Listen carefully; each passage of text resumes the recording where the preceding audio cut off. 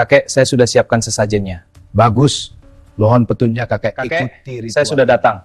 Bagus. Lihat sesajen ini untuk leluhur. Baik, kakek. Desa itu mendadak kaya tanpa sebab. Rumah megah berdiri, emas berkilau, uang mengalir deras. Tapi setiap malam terdengar tangisan bayi tanpa wujud. Satu persatu orang mati tanpa luka. Rahasia pesugihan paling sakti akhirnya terbongkar, dan harganya adalah darah. Desa terpencil yang selama puluhan tahun dikenal sunyi dan tertinggal itu kini berubah menjadi sorotan. Dalam waktu kurang dari 1 tahun, rumah-rumah reot berdinding bambu lenyap digantikan bangunan bertingkat dengan pagar besi tinggi dan kamera pengawas di setiap sudut. Mobil-mobil mewah berplat hitam berjejer di halaman, sementara perhiasan emas dipakai terang-terangan bahkan oleh anak-anak. Warga luar desa yang melintas hanya bisa terdiam. Tak ada aktivitas usaha besar, tak ada tambang, tak ada proyek pemerintah. Namun uang seolah mengalir tanpa sumber yang jelas. Perubahan mendadak itu awalnya dianggap berkah. Warga desa mendadak dermawan, pesta digelar hampir setiap minggu, dan tak ada lagi cerita kelaparan. Namun keganjilan mulai terasa ketika malam tiba. Tepat setelah azan Isya, suasana desa berubah mencekam. Beberapa warga mengaku mendengar tangisan bayi, lirih namun panjang, seolah merintih kesakitan. Aneh ya, suara itu tidak pernah bisa dilacak. Dicari ke rumah tetangga, ke kandang ternak, bahkan ke hutan sekitar, semuanya nihil. Tangisan itu seperti muncul dari udara, lalu lenyap begitu saja menjelang subuh. Gangguan tak berhenti di situ. Sejumlah warga mulai jatuh sakit tanpa sebab medis yang jelas. Mereka mengeluh mimpi buruk berulang, melihat sosok anak kecil botak bermata hitam legam, berdiri di sudut rumah sambil tersenyum. Beberapa hari kemudian, satu persatu korban ditemukan meninggal dunia. Tidak ada luka, tidak ada darah, tidak ada tanda perlawanan. Namun wajah mereka membeku dalam ekspresi ketakutan ekstrim, mulut terbuka seolah ingin berteriak, dan mata melotot kosong menghadap langit-langit rumah. Pihak berwenang sempat turun tangan setelah laporan kematian bertambah. Hasil pemeriksaan awal tidak menemukan racun, penyakit menular, maupun tanda kekerasan fisik. Anehnya, hampir semua korban diketahui mengalami lonjakan kekayaan dalam waktu singkat sebelum meninggal. Catatan transaksi menunjukkan uang tunai dalam jumlah besar masuk tanpa asal-usul yang jelas. Ketika ditanya dari mana sumbernya, keluarga korban selalu menghindar atau menjawab singkat, "Rejeki tak terduga." Ketakutan mulai merayap di antara warga yang masih hidup. Setiap malam, lampu rumah dipadamkan lebih awal. Pintu dan jendela dikunci rapat. Tidak ada lagi anak-anak bermain selepas maghrib. Namun justru di jam-jam sunyi itu, tangisan kembali terdengar. Kali ini lebih dekat, lebih jelas, seolah berada tepat di balik dinding rumah. Beberapa saksi bersumpah melihat jejak kaki kecil berlumpur di lantai, padahal tak ada seorang pun yang masuk. Kini, desa itu tak lagi dikenal sebagai desa kaya, melainkan desa yang menyimpan rahasia kelam. Kekayaan yang datang tanpa sebab mulai diyakini memiliki harga yang mengerikan. Warga hidup dalam dilema, meninggalkan harta yang telah mereka nikmati, atau bertahan dengan risiko nyawa sebagai taruhannya. Dan di balik semua itu, muncul satu pertanyaan yang terus menghantui. Jika bukan manusia yang membawa uang itu, lalu siapa? Setelah rentetan kematian misterius mengguncang desa, satu fakta mencurigakan mulai terkuak. Ada satu wilayah yang selalu dihindari warga, bahkan sebelum desa itu berubah kaya. Wilayah itu adalah sebuah sumur tua di tengah hutan bambu, berjarak sekitar 1 kilometer dari permukiman. Tak ada papan peringatan, tak ada penjelasan resmi, hanya satu aturan turun-temurun yang terus diulang para tetua. Jangan mendekat, jangan bertanya, dan jangan mengambil apapun dari sana. Larangan itu selama ini dipatuhi tanpa banyak pertanyaan.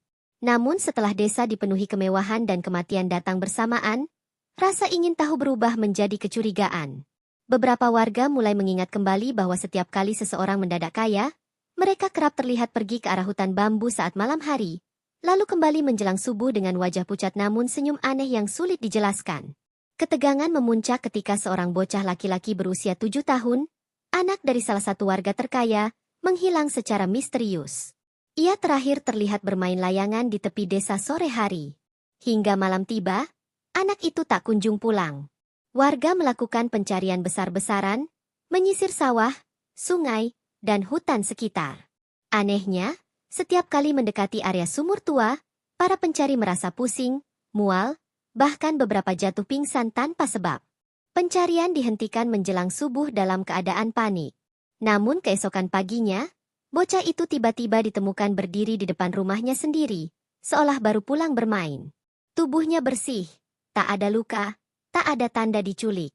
Tapi ada satu hal yang membuat semua orang terdiam.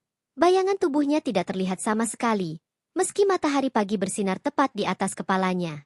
Sejak saat itu, bocah tersebut berubah drastis. Ia menjadi pendiam, jarang berbicara, dan sering menatap kosong ke sudut-sudut rumah. Ibunya bersaksi bahwa setiap malam, anak itu duduk menghadap dinding sambil berbisik lirih, seolah berbicara dengan seseorang yang tak terlihat. Ketika ditanya, ia hanya menjawab singkat, "Ada yang ikut pulang." Kejadian tersebut menjadi titik balik. Warga mulai berani melanggar larangan lama. Diam-diam, beberapa orang mendatangi hutan bambu pada siang hari. Mereka menemukan sumur tua itu tertutup sebagian oleh semak belukar, namun dari dalamnya tercium bau anyir yang menusuk. Di sekeliling sumur, terlihat sisa-sisa sesajen lama, kain hitam, koin kuno, tulang hewan, dan tanah yang tampak seperti baru digali berulang kali. Malam harinya, tangisan bayi terdengar lebih keras dari biasanya. Tidak lagi terdengar jauh, melainkan berasal dari berbagai arah sekaligus. Sejumlah warga mengaku melihat sosok kecil berlari di atap rumah, tertawa cekikikan, lalu menghilang di balik asap hitam. Ketakutan berubah menjadi histeria. Beberapa keluarga memilih mengungsi keluar desa, meninggalkan seluruh harta mereka begitu saja. Para tetua desa akhirnya buka suara, meski dengan wajah penuh rasa bersalah. Mereka mengakui bahwa sumur itu sudah lama dikenal sebagai tempat perjanjian, namun asal-usulnya sengaja disembunyikan. Konon, siapapun yang mengambil sesuatu dari sana akan diberi kekayaan berlipat, tapi sebagai gantinya harus menitipkan sesuatu yang paling berharga. Arti kalimat itu, selama ini, tak pernah dijelaskan secara gamblang. Ironisnya, sejak rahasia itu mulai dibicarakan, jumlah kematian justru bertambah. Kali ini bukan hanya orang dewasa, tetapi juga ternak dan bayi yang sakit mendadak lalu meninggal. Desa yang dulu penuh pesta kini dipenuhi kain hitam dan tangisan nyata, bercampur dengan tangisan gaib yang tak pernah berhenti setiap malam. Sumur tua di hutan bambu bukan lagi sekadar tempat terlarang, melainkan pusat dari seluruh teror. Dan satu hal kini semakin jelas bagi warga desa. Kekayaan yang mereka nikmati selama ini bukanlah hadiah, melainkan tanda bahwa sesuatu sedang menagih kembali apa yang pernah diambilnya. Setelah sumur tua di hutan bambu diyakini sebagai pusat teror, perhatian warga tertuju pada satu nama lama yang selama ini hanya beredar sebagai bisikan, Mbah Wiro Sengkolo. Nama itu mendadak muncul kembali dari ingatan para tetua desa, disertai perubahan ekspresi yang sulit disembunyikan, takut, bersalah, dan penuh penyesalan. Mbah Wiro dikenal sebagai dukun hitam paling disegani sekaligus paling ditakuti di wilayah itu, sebelum ia dinyatakan menghilang secara misterius lebih dari 30 tahun lalu. Menurut catatan desa yang nyaris dilupakan, Mbah Wiro bukan orang sembarangan.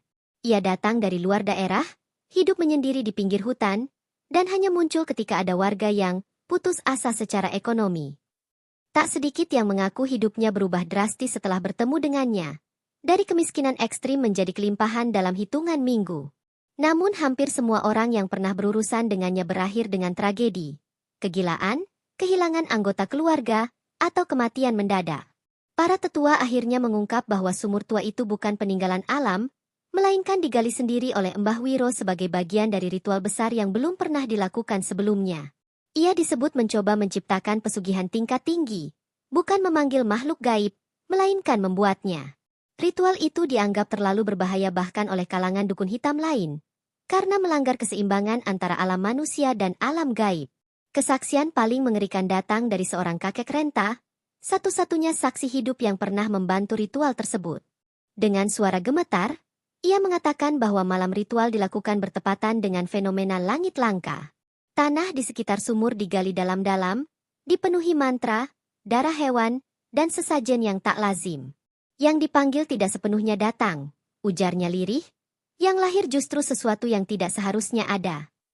Tak lama setelah ritual itu, Mbah Wiro dikabarkan meninggal dunia secara tidak wajar. Rumahnya kosong, tubuhnya tak pernah ditemukan. Warga saat itu memilih mengubur cerita tersebut rapat-rapat, menganggap semuanya selesai. Sumur ditutup seadanya, hutan dibiarkan liar, dan nama Mbah Wiro dilarang disebut. Namun kini, setelah kekayaan datang bersamaan dengan kematian, warga mulai menyadari satu hal mengerikan. Ritual itu tidak pernah benar-benar berakhir. Beberapa warga mengaku melihat sosok lelaki tua bertongkat berdiri di tepi hutan pada malam hari. Wajahnya hitam seperti terbakar, matanya merah menyala, dan mulutnya komat kamit melafalkan mantra. Setiap kali penampakan itu muncul, keesokan harinya selalu ada korban baru. Spekulasi pun merebak. Apakah Mbah Wiro masih hidup, atau hanya bayangan dari perjanjian yang gagal diputus? Fakta lain yang membuat bulu kuduk merinding adalah pola korban yang meninggal. Mereka bukan orang sembarangan, melainkan keturunan langsung dari warga yang dulu pertama kali melakukan pesugihan melalui Mbah Wiro. Seolah ada daftar tak kasat mata yang kini sedang ditagih satu persatu. Kekayaan yang mereka nikmati selama ini hanyalah penundaan dari hukuman yang sudah dijanjikan puluhan tahun lalu. Kepanikan mencapai puncaknya ketika seorang warga nekat membongkar bagian tepi sumur tua. Di sana ditemukan potongan kain kafan lama, tulang manusia berukuran kecil, dan simbol-simbol ritual yang masih tampak basah, seolah baru digunakan. Penemuan itu menguatkan dugaan bahwa sumur tersebut masih aktif, dan sesuatu di dalamnya terus tumbuh, menguat, dan menunggu. Para tokoh agama yang didatangkan dari luar desa pun angkat bicara. Mereka menyebut kasus ini bukan sekadar gangguan makhluk halus biasa, melainkan entitas buatan, hasil keserakahan manusia yang mencoba menyaingi kekuasaan alam. Setelah nama Mbah Wiro Sengkolo kembali mencuat dan sumur tua dinyatakan masih aktif, desa itu seperti kehilangan sisa ketenangannya. Namun teror yang terjadi ternyata masih berada di permukaan. Fakta paling mengerikan baru terungkap ketika para tetua akhirnya membuka rahasia terakhir yang selama ini disumpal oleh rasa takut dan rasa bersalah. Mereka mengakui bahwa makhluk yang kini meneror desa bukan tuyul biasa, melainkan hasil ritual tingkat tertinggi yang bahkan tak semua dukun berani menyebutnya. Selama ini, masyarakat awam mengenal tuyul berasal dari janin keguguran atau bayi yang meninggal. Namun ritual Mbah Wiro jauh melampaui itu. Ia menciptakan tuyul dari anak yang dikorbankan secara sadar, bukan oleh kematian alami. Pengorbanan itu harus memiliki ikatan darah langsung dengan pelaku ritual. Dengan kata lain, tuyul tersebut diciptakan dari daging dan darah anak kandung sendiri. Ritual itu dilakukan pada malam gerhana total, saat bulan menghilang sepenuhnya dari langit. Di malam itulah, menurut kesaksian saksi hidup, Mbah Wiro membawa seorang anak kecil ke tepi sumur tua. Anak itu tidak menangis. Ia diyakini telah diberi ramuan tertentu agar tetap sadar namun tak mampu bergerak. Tanah digali perlahan, mantra dilantunkan tanpa henti, dan saat gerhana mencapai puncaknya, anak itu dikubur hidup-hidup. Yang membuat ritual ini berbeda dan jauh lebih mengerikan adalah satu syarat tambahan. Selama proses penguburan, orang tua korban tidak boleh menunjukkan air mata atau penyesalan. Jika emosi muncul, ritual akan gagal dan makhluk yang lahir akan membunuh semua yang hadir di tempat itu. Karena itulah, pengorbanan ini disebut sebagai ritual keserakahan tertinggi. Hanya manusia yang benar-benar kehilangan nurani yang bisa menyelesaikannya. Beberapa hari setelah ritual tersebut, tanah di sekitar sumur mulai bergerak dengan sendirinya. Warga yang tinggal tak jauh dari hutan mengaku mendengar suara tertawa kecil dari dalam tanah, disusul bau amis yang menusuk. Dari situlah makhluk itu lahir. Namun bentuknya belum stabil. Ia belum sepenuhnya berwujud. Belum sepenuhnya terikat pada dunia manusia maupun dunia gaib. Seiring waktu, makhluk itu tumbuh dengan cara yang tidak wajar. Ia tidak makan makanan biasa, melainkan menyerap energi keserakahan dari manusia yang mengikat perjanjian dengannya. Semakin banyak kekayaan yang diminta, semakin kuat ia menjadi. Itulah sebabnya desa ini mendadak makmur secara kolektif. Bukan karena banyak orang melakukan ritual, melainkan karena satu makhluk itu sudah cukup kuat untuk memberi ke banyak orang sekaligus. Namun kekuatan besar selalu datang dengan konsekuensi besar. Tuyul ciptaan Mbah Wiro tidak hanya mencuri uang, tetapi juga merekam silsilah keluarga pemiliknya. Ia mengetahui siapa ayah, ibu, anak, hingga cucu. Kekayaan hanyalah umpan. Yang sesungguhnya ia kumpulkan adalah hak atas darah keturunan. Inilah alasan mengapa korban kematian selalu berasal dari garis keluarga tertentu. Mereka bukan dipilih secara acak. Mereka adalah angsuran dari perjanjian lama yang mulai jatuh tempo. Wajah ketakutan para korban diakini muncul karena, di detik terakhir hidup mereka, makhluk itu memperlihatkan wujud aslinya. Bukan anak kecil, melainkan sosok tinggi, kurus, dengan wajah menyerupai tengkorak bayi. Ketika cerita ini akhirnya menyebar, desa jatuh dalam kepanikan total. Beberapa orang mencoba membakar harta mereka, berharap ikatan terputus. Yang lain memilih kabur sejauh mungkin. Namun teror tak berhenti. Setiap malam, tangisan bayi kini bercampur dengan suara tanah digali, seolah sumur tua itu kembali, melahirkan sesuatu. Satu kenyataan pahit yang tak bisa lagi disangkal.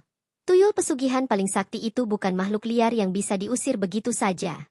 Ia adalah warisan dosa, diciptakan dari pengkhianatan seorang ayah terhadap anaknya sendiri. Dan selama keserakahan masih hidup di desa itu, makhluk tersebut tidak akan pernah benar-benar pergi. Setelah asal-usul tuyul pesugihan paling sakti itu terbongkar, warga desa berharap teror akan mereda. Namun yang terjadi justru sebaliknya. Seolah merasa rahasianya diketahui, makhluk itu mulai menunjukkan sisi paling kejamnya. Kekayaan yang selama ini mengalir deras mendadak berubah menjadi kutukan hidup, dan satu persatu keluarga mulai membayar harga yang jauh lebih mahal dari sekadar harta benda. Tanda-tanda penagihan itu muncul perlahan tapi pasti. Anak-anak yang sebelumnya sehat mendadak berubah aneh. Mereka sering tertawa sendiri, berbicara dengan sosok yang tak terlihat, dan menolak menyebut nama orang tuanya. Beberapa orang tua bersaksi, anak mereka menyebut ada teman botak yang menyuruh mereka melakukan hal-hal mengerikan. Tangisan bayi gaib kini terdengar bahkan di siang hari, memecah kewarasan siapapun yang mendengarnya. Tak lama kemudian, gangguan merambah para istri dan ibu rumah tangga. Banyak yang mengalami kerasukan massal, berteriak histeris sambil menyebut nama sumur tua dan Mbah Wiro Sengkolo. Dalam kondisi tak sadar, mereka merobek perhiasan emas yang dikenakan, menghancurkan perabot mahal, seolah ada dorongan kuat untuk memusnahkan simbol kekayaan yang dulu mereka banggakan. Namun setelah sadar, mereka justru jatuh sakit dan melemah secara drastis. Yang paling mengerikan adalah nasib bayi-bayi yang lahir setelah desa itu mendadak makmur. Beberapa bayi terlahir dengan kondisi ganjil, tubuh sehat secara medis, namun tak pernah menangis, tak bereaksi terhadap sentuhan, dan matanya selalu terbuka lebar. Dokter tak menemukan kelainan fisik, tapi para tetua desa meyakini bayi-bayi itu sudah ditandai, menjadi milik makhluk yang memberi kekayaan pada keluarga mereka. Kematian pun kembali meningkat, kali ini dengan pola yang semakin jelas. Jika sebelumnya korban meninggal tanpa luka, kini beberapa ditemukan dalam kondisi lebih mengerikan. Ada yang meninggal di kamar terkunci dari dalam, ada yang tubuhnya kaku memeluk peti uang, dan ada pula yang ditemukan di dekat sumur tua dengan ekspresi pasrah, seolah tahu ajalnya sudah dijadwalkan. Tidak ada satupun korban yang berasal dari keluarga miskin. Warga mulai menyadari satu fakta pahit. Pesugihan ini tidak lagi puas dengan darah satu generasi. Ia menuntut lanjutan pengorbanan. Sesajen, ritual kecil, dan doa-doa tak lagi mempan. Kekayaan yang diterima kini dianggap sebagai hutang berbunga, dan bunganya adalah nyawa anggota keluarga sendiri. Semakin lama perjanjian berlangsung, semakin mahal harga yang harus dibayar. Upaya memutus ikatan mulai dilakukan secara putus asa. Ada yang membuang emas ke sungai, membakar uang di halaman rumah, bahkan menghancurkan rumah mewah mereka sendiri. Namun setiap usaha itu justru diikuti kejadian ganjil. Uang yang dibakar kembali utuh keesokan paginya, emas yang dibuang muncul kembali di bawah tempat tidur, dan rumah yang dirusak berdiri kembali seperti tak pernah disentuh. Di tengah kepanikan, muncul kabar bahwa tuyul pesugihan itu kini tak lagi menunggu permintaan. Ia mengambil sendiri apa yang ia mau. Warga yang tidak pernah ikut ritual, namun masih satu garis keturunan dengan pelaku lama, ikut menjadi sasaran. Ini membuktikan satu hal mengerikan. Perjanjian itu bersifat turun-temurun dan tidak mengenal kata pengampunan. Suasana desa berubah total. Tidak ada lagi pesta. Tidak ada lagi tawa. Setiap keluarga hidup dengan rasa bersalah dan ketakutan, saling curiga siapa yang akan diambil berikutnya. Malam hari, lampu dibiarkan menyala terang, namun tak ada yang berani keluar rumah. Tangisan bayi gaib kini bercampur dengan tangisan manusia yang nyata. Ketika warga desa menyadari bahwa kekayaan telah berubah menjadi hukuman mati yang tertunda, mereka masih beranggapan satu hal. Selama perjanjian dipatuhi, makhluk itu akan tetap tunduk. Namun keyakinan itu runtuh pada malam ketika korban pertama bukan lagi keturunan lama, melainkan orang yang justru menjadi penjaga ritual. Disitulah terungkap fakta mengerikan, tuyul pesugihan itu telah memberontak. Korban pertama dari pemberontakan itu adalah seorang pria paruh-baya yang dikenal sebagai juru kunci sumur tua. Ia selama ini bertugas menyiapkan sesajen dan memastikan tidak ada orang luar mendekat. Suatu pagi, ia ditemukan tewas di dekat sumur dengan kondisi paling mengenaskan. Tubuhnya utuh, tetapi wajahnya seperti diremas dari dalam dan lidahnya hilang. Di tanah sekitar, terdapat jejak kaki kecil bercampur bekas seretan panjang, seolah sesuatu ditarik paksa ke dalam kegelapan. Sejak kematian itu, pola teror berubah drastis. Jika sebelumnya tuyul hanya muncul setelah permintaan atau ritual tertentu, kini ia hadir tanpa dipanggil. Beberapa warga melihat sosok kecil masuk rumah mereka meski tidak pernah melakukan pesugihan. Lemari terbuka sendiri, uang berhamburan, dan suara tawa kecil menggema dari langit-langit rumah. Tuyul itu tidak lagi melayani, ia menguasai. Para tetua desa menyadari bahwa ini adalah fase paling berbahaya. Menurut ajaran lama yang kini kembali dibuka, makhluk buatan seperti ini memiliki batas ketaatan. Ketika jumlah pemberian melebihi kendali penciptanya, ia akan mencapai tahap yang disebut lepas tali. Pada tahap ini, tuyul tidak lagi mengakui tuan, perjanjian, bahkan aturan gaib. Ia hanya mengikuti satu dorongan, mengambil apapun yang ia anggap haknya. Kengerian mencapai puncaknya ketika sebuah keluarga kaya mendadak menghilang dalam satu malam. Rumah mereka ditemukan kosong, makanan masih hangat di meja, televisi masih menyala. Tidak ada tanda perlawanan, tidak ada darah. Namun di setiap dinding rumah, muncul cap tangan kecil berwarna hitam legam, seolah dicetak dengan jelaga dan darah kering. Keluarga itu tak pernah ditemukan hingga kini. Yang lebih menakutkan, tuyul itu kini berpindah-pindah tuan. Ia tidak lagi terikat pada satu keluarga atau satu lokasi. Siapapun yang memiliki harta hasil pesugihan, bahkan tanpa sadar, akan menarik perhatiannya. Inilah sebabnya mengapa keluarga yang awalnya miskin tapi menerima uang, tak bertuan, ikut menjadi korban. Kekayaan itu telah menjadi penanda, seperti bau darah bagi pemangsa. Upaya menghentikan teror dengan cara lama sepenuhnya gagal. Sesajen yang diletakkan di sumur justru hancur berantakan. Mantra yang dibacakan berubah menjadi suara tertawa. Bahkan beberapa dukun yang dipanggil dari luar desa pulang dalam keadaan trauma, mengaku ditolak oleh sesuatu yang jauh lebih kuat dari makhluk gaib biasa. Salah satu dari mereka menyebut makhluk itu sebagai entitas liar hasil dosa manusia. Desa kini terpecah antara dua pilihan putus asa, bertahan dan menunggu kematian, atau meninggalkan desa tanpa membawa apapun. Namun pilihan kedua pun tidak menjamin keselamatan. Beberapa warga yang melarikan diri mengaku tetap mendengar tangisan bayi di tempat persembunyian mereka, meski sudah puluhan kilometer jauhnya. Ini menandakan satu hal mengerikan, tuyul itu tidak terikat wilayah lagi. Di tengah kekacauan, satu pengakuan mengejutkan muncul. Seorang tetua mengungkap bahwa Mbah Wiro Sengkolo sendiri tidak pernah berniat menciptakan pelayan, melainkan penerus. Tuyul itu diciptakan untuk tumbuh, belajar, dan suatu hari berdiri sendiri. Dengan kata lain, pemberontakan ini bukan kecelakaan, melainkan takdir yang sudah direncanakan sejak awal ritual. Tuyul pesugihan paling sakti itu kini bukan lagi bayangan di balik kekayaan, melainkan penguasa teror yang bergerak bebas. Ia telah memutus rantai perjanjian, membunuh tuannya, dan menjadikan seluruh desa sebagai ladang perburuan. Dan yang paling menakutkan, warga mulai sadar, makhluk itu belum mencapai bentuk akhirnya. Dalam keadaan terjepit dan kehilangan arah, sisa warga desa akhirnya sepakat melakukan langkah terakhir yang selama ini dihindari, ritual penutup. Bukan untuk mencari kekayaan, melainkan untuk memutus teror yang telah memakan banyak nyawa. Mereka menyadari bahwa cara lama tak lagi mempan, sehingga keputusan diambil untuk memanggil dua kekuatan yang selama ini tak pernah disatukan. Seorang ustaz dari luar daerah dan seorang dukun putih sepuh yang dikenal menolak praktik pesugihan. Ritual itu direncanakan berlangsung di pusat masalah, sumur tua di hutan bambu. Malam dipilih dengan perhitungan matang, ketika bulan berada di fase mati, berharap kekuatan makhluk itu melemah. Warga diminta membawa benda paling berharga yang mereka miliki, bukan sebagai sesajen, melainkan simbol pelepasan. Emas, uang, dan perhiasan ditumpuk di sekeliling sumur, sementara doa dan mantra dibacakan bersamaan, sesuatu yang belum pernah dilakukan sebelumnya. Sejak awal, tanda-tanda kegagalan sudah terasa. Angin berputar tidak wajar, api obor berkedip biru kehijauan, dan tanah di sekitar sumur bergetar halus. Ustaz yang memimpin doa mendadak terdiam, wajahnya pucat, seolah melihat sesuatu yang tak bisa diucapkan. Sementara itu, dukun putih mulai gemetar, tangannya bergetar hebat saat mencoba melanjutkan mantra pemutus ikatan. Tepat di tengah ritual, tangisan bayi yang selama ini terdengar lirih berubah menjadi jeritan melengking. Suara itu tidak lagi terdengar dari satu arah, melainkan dari dalam tanah, dari pepohonan, bahkan dari tubuh para peserta ritual.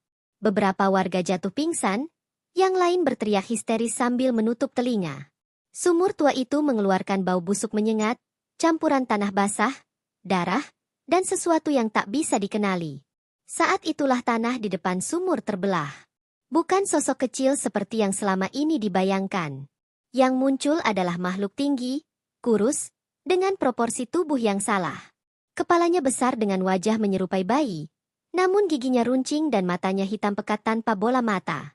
Kulitnya pucat keabu-abuan, seperti mayat yang lama terkubur, dan dari punggungnya menjuntai bayangan hitam yang terus bergerak sendiri. Semua doa terhenti. Mantra buyar. Ustaz terjatuh tak sadarkan diri, sementara dukun putih menjerit menyebut satu kalimat yang membuat semua orang membeku, "Ini bukan tuyul, ini wadah." Makhluk itu tertawa, bukan dengan suara bayi, melainkan suara berat dan berlapis, seolah banyak mulut berbicara bersamaan. Saat itu juga, tumpukan harta di sekitar sumur berubah hitam dan meleleh seperti lilin. Makhluk itu melangkah maju, dan setiap langkahnya membuat tanah retak. Ia menatap satu persatu warga dengan tatapan yang membuat tubuh membeku. Beberapa orang mengaku melihat wajah anggota keluarga mereka muncul di wajah makhluk itu. Anak, orang tua, saudara, seolah seluruh darah keturunan yang pernah dijanjikan kini menyatu dalam satu tubuh. Inilah saat banyak warga menyadari kebenaran paling pahit. Ritual ini bukan memanggil akhir, melainkan membuka wujud sempurna. Ritual penutup resmi dinyatakan gagal ketika makhluk itu menyentuh bibir sumur dan sumur tersebut runtuh ke dalam kegelapan tak berdasar. Hutan bambu bergetar hebat, pepohonan merunduk seolah memberi hormat. Dalam kekacauan itu, beberapa warga menghilang begitu saja, terseret bayangan hitam yang menjulur dari tubuh makhluk tersebut. Tidak ada jeritan, tidak ada perlawanan, hanya lenyap. Fajar menyingsing dengan pemandangan yang tak lagi sama. Sumur tua telah hilang, berganti lubang besar yang mengeluarkan asap tipis. Ustaz ditemukan hidup namun bisu permanen. Dukun putih meninggal dunia di tempat dengan wajah tenang, seolah telah menerima nasib. Desa itu kini sunyi, lebih sunyi dari sebelumnya, seperti ditinggalkan kehidupan. Ritual penutup yang diharapkan menjadi akhir justru menjadi gerbang pembebasan. Makhluk itu tidak dimusnahkan, ia disempurnakan. Dan sejak malam itu, satu fakta tak terbantahkan mengendap di benak siapapun yang selamat. Teror ini bukan lagi milik desa, melainkan telah melangkah ke dunia yang lebih luas. Beberapa minggu setelah ritual penutup gagal dan desa itu berubah menjadi wilayah sunyi tak berpenghuni, aparat akhirnya menutup area tersebut dengan alasan zona rawan bencana. Namun keputusan itu justru membuka pintu bagi penyelidikan yang selama puluhan tahun tak pernah dilakukan. Saat pendataan ulang arsip tanah dan sejarah desa dilakukan, sebuah temuan mengejutkan muncul dari gudang dokumen tua milik pemerintah daerah, berkas-berkas peninggalan zaman kolonial Belanda yang selama ini tak pernah dibuka. Di dalam arsip itu tersimpan laporan rahasia tentang sebuah proyek penjinakan desa Pembangkang pada awal abad ke-20. Desa yang kini hancur itu ternyata pernah menjadi pusat perlawanan rakyat terhadap penjajah. Dalam laporan tersebut disebutkan bahwa Belanda tidak hanya menggunakan kekuatan militer, tetapi juga mendukung praktik okultisme lokal untuk memecah masyarakat dari dalam. Nama Mbah Wiro Sengkolo muncul sebagai aset spiritual, bukan sekadar dukun liar seperti yang selama ini dipercaya warga. Dokumen itu menjelaskan bahwa ritual penciptaan entitas gaib buatan memang dirancang untuk jangka panjang. Tujuannya bukan hanya menciptakan ketakutan sesaat, tetapi menghancurkan struktur keluarga, silsilah, dan kepercayaan masyarakat secara turun-temurun. Dengan kata lain, tuyul pesugihan paling sakti itu sejak awal bukan untuk dikendalikan, melainkan untuk dilepas suatu hari nanti, saat keserakahan manusia cukup matang untuk menghancurkan dirinya sendiri. Fakta ini menjawab satu pertanyaan besar. Mengapa makhluk itu begitu kuat dan tak terikat aturan gaib biasa? Ia bukan makhluk alam, bukan pula roh penasaran. Ia adalah produk eksperimen, diciptakan melalui pengorbanan manusia, ditanamkan kebencian, dan diberi satu naluri utama, bertahan dengan cara menumbuhkan keserakahan. Ketika ritual penutup dilakukan, itu bukan penutup, melainkan tahap akhir aktivasi. Kesaksian para penyintas desa memperkuat temuan tersebut. Beberapa dari mereka mengaku masih melihat makhluk itu setelah desa ditinggalkan. Bukan lagi di hutan bambu, melainkan di kota-kota kecil sekitar. Ada laporan kehilangan uang aneh, keluarga mendadak kaya lalu hancur, dan tangisan bayi tanpa sumber yang terdengar di lingkungan baru. Polanya sama. Bedanya, kini tidak ada lagi sumur tua sebagai pusatnya. Pakar spiritual yang menelaah kasus ini menyebut satu istilah mengerikan, entitas bebas. Artinya, makhluk itu kini tidak membutuhkan tempat, ritual, atau tuan. Ia menempel pada manusia yang paling sesuai, mereka yang tamak, putus asa, dan bersedia menerima tanpa bertanya. Kekayaan menjadi pintu masuk, keluarga menjadi target, dan generasi berikutnya adalah jaminan keberlanjutan. Pemerintah menutup rapat temuan ini dengan alasan stabilitas. Desa itu resmi dinyatakan hilang dari peta administratif. Nama Mbah Wiro Sengkolo kembali dikubur dalam arsip terkunci. Tidak ada peringatan publik. Tidak ada pengakuan resmi. Seolah semua sepakat bahwa beberapa kebenaran terlalu berbahaya untuk diketahui orang banyak. Namun teror tidak mengenal arsip atau garis batas. Mereka yang selamat membawa trauma, dan tanpa sadar, juga membawa cerita. Dari cerita itulah pola mulai dikenali oleh masyarakat luas. Kisah tentang kekayaan instan, anak yang berubah, keluarga yang runtuh dari dalam. Kisah-kisah itu terdengar berbeda, tapi memiliki satu benang merah yang sama. Kini, pertanyaannya bukan lagi apakah tuyul pesugihan paling sakti itu masih ada. Pertanyaannya adalah, siapa tuan berikutnya? Karena makhluk itu tidak pernah mencari orang baik. Ia hanya menunggu mereka yang bersedia menukar segalanya demi kemewahan sesaat. Dan dengan terbongkarnya arsip ini, satu kesimpulan mengerikan tak bisa dihindari. Teror itu tidak pernah benar-benar berakhir. Ia hanya berpindah, mencari tempat baru, mencari keluarga baru, menunggu, sampai suatu hari, tangisan bayi tanpa wujud kembali terdengar, mungkin di dekat kita. Publik mengira kisah desa terkutuk itu berakhir bersama ditutupnya wilayah dan hilangnya nama desa dari peta. Namun kenyataan justru bergerak ke arah yang lebih mengerikan. Dalam beberapa bulan terakhir, laporan-laporan ganjil mulai bermunculan dari berbagai daerah lain, jauh dari hutan bambu dan sumur tua. Polanya serupa, keluarga miskin mendadak kaya, usaha kecil melonjak tanpa sebab, lalu disusul tragedi yang tak bisa dijelaskan secara logika. Di sebuah kota pinggiran, satu keluarga menjadi sorotan setelah rumah kontrakan mereka berubah menjadi bangunan 2 lantai dalam waktu singkat. Tetangga mengaku sering mendengar suara tangisan bayi dari rumah itu, padahal tidak ada bayi di sana. Beberapa minggu kemudian, anak sulung keluarga tersebut ditemukan meninggal di kamarnya, tanpa luka, tanpa penyakit, dengan wajah membeku dalam ekspresi ketakutan yang sama seperti korban-korban di desa terkutuk itu. Pihak berwenang kembali dibuat bingung. Tidak ada hubungan administratif, tidak ada garis darah dengan desa asal. Namun satu detail kecil mencuri perhatian penyelidik independen. Ayah korban sempat menerima uang tunai dalam jumlah besar dari seseorang yang tak ia kenal, titipan usaha, katanya. Uang itu datang tanpa perjanjian tertulis, tanpa penjelasan, dan tanpa diminta kembali. Sejak saat itu, hidup mereka berubah, dan runtuh. Laporan serupa muncul dari wilayah lain. Ada yang melihat sosok kecil berlari di lorong apartemen, ada pula yang menemukan jejak kaki mungil di brankas yang terkunci. Tangisan bayi tanpa wujud kini tak lagi terbatas pada desa terpencil, melainkan terdengar di lingkungan padat penduduk, di tengah kota yang bising. Seolah makhluk itu telah belajar beradaptasi, menyatu dengan hiruk-pikuk manusia modern. Para pakar spiritual mulai menyusun satu kesimpulan bersama yang mengerikan, entitas itu tidak lagi membutuhkan ritual darah atau tempat khusus. Ia telah menemukan cara baru untuk bertahan, melalui kesepakatan tak sadar manusia modern. Tawaran kekayaan instan, jalan pintas menuju kemewahan, dan mimpi hidup mudah menjadi pintu yang terbuka lebar. Tidak ada lagi sumur. Tidak ada lagi sesajen. Hanya keputusan manusia itu sendiri. Yang lebih menakutkan, makhluk itu kini hampir tak bisa dibedakan dari keberuntungan. Banyak korban tidak pernah merasa melakukan pesugihan. Mereka hanya beruntung.